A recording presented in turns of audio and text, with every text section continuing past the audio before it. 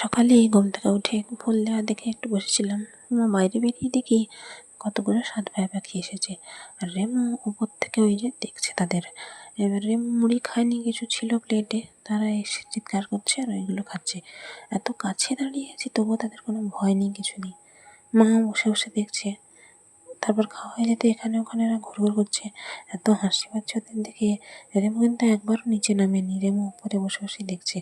তারপর বেচারা যে নেমে এসছে মুড়ি খাবে বলে। যাই হোক, তো ও এখানে বসে আছে, মা ওকে খেতে দিল। আর আমি বই টই পড়ে মুড়ি খেতে বসে পড়েছি। মা আনাজ কাটছে, হাতটা একটু দেখছিলাম কি দাগ টাগ হয়েছে। তারপর বাবা এই জামরুলগুলো দিল, গাছে হয়েছে। আমি সেখান থেকে কিছু ঠাকুরকে দিলাম, ফুলটার সাথে একটু ছবি টবি তুলে নিলাম। আর দিকে আকাশ বেশ মেঘলা মেঘলা। তারপর ভাবলাম একটা চকলেট খাই। তো যাই হোক, চকলেট টকলেট খাওয়া শেষে একটু ছবি টবি আবার তুলে নিলাম। তারপর এদিকে মা শশা কেটে রেখেছিল, সেখান থেকে বাবাকে মুড়ি বেড়ে দিলাম। বাবা আবার আমাকেও খাইয়ে দিল। আর এই আনাজগুলো বাবা তুলে এনেছিল, ঢ্যাঁড়স। যাই হোক, একটু রোদ রোদ বেরিয়েছে দেখলাম। ছবি টবি তোলার পর তারপর স্নান টান করে এসে কী মেনু সেটা দেখে নিচ্ছি। তারপর ঠাকুরকে ফুল টুক দিয়ে দিলাম। এগুলো দেখেছো, 6টা হয়েছে এই ফুলগুলো। না, আমি ভুলে গেছি। সে যাই হোক, আর জামরুল তো ঠাকুরকে দেওয়া ছিল যে, সেটা সরাইনি।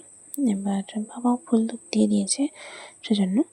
তারপর এখানে উচ্ছাগুলো দেখে মা এখানে ভাত বাড়ছে আর তরকারি দিচ্ছে সবাইকে। মাছি আসছে, আমি হাতটা নিয়ে রাখছি। বাবা খাওয়া শেষে জলের গ্লাস দিল। খাওয়া দাওয়া করে তারপর আমি আবার ঠাকুরকে ফুল দেওয়াটা দেখে ওই যে সেই ফলের বীজগুলো রোদে দিয়েছিলাম। আর তারা দেখো ওই যে এখান থেকে ইট সব সরিয়ে নিচ্ছে। আর এই যে সেই বিস্কুট রঙের জবা গাছে লাল রঙের একটা ফুল হয়েছে। একটা পেয়ারা পেয়েছি, সেটা খাওয়া দাওয়া শেষে মাঠের দিকে একটু গেছিলাম আকাশটা কীরকম হয়ে আছে দেখার জন্য। অনেকদিন পর এলাম, জানো তো, বৃষ্টি হয় বলে আসাই হয় না। আর এই গাছটায় এই যে ফুল কুঁড়ি হয়ে আছে দেখছি। মাঠে ট্রাক্টর চলছে, সেটা দেখতে দেখতে এই যে গাছে বিভিন্ন সব ফুল হয়ে আছে। মা বাবা কুঁড়ি তুলে না তো খেয়াল করে না। তো আমি কুঁড়িগুলো রেখে দিয়ে রেমুকে খেতে দিয়ে এই যে জামরুল দুটো খেয়ে নিলাম। তারপর এখানে একটু ফোনে কথা টথা বলছিলাম। যাই হোক, সত্যি মনটা খুব ভালো লাগলো, জানো তো। তারপর রেমুর সাথে একটু দুষ্টুমি করে ওকে খেতে দিয়ে আমরাও খেয়ে নিলাম বাদাম ভাজা মুড়ি।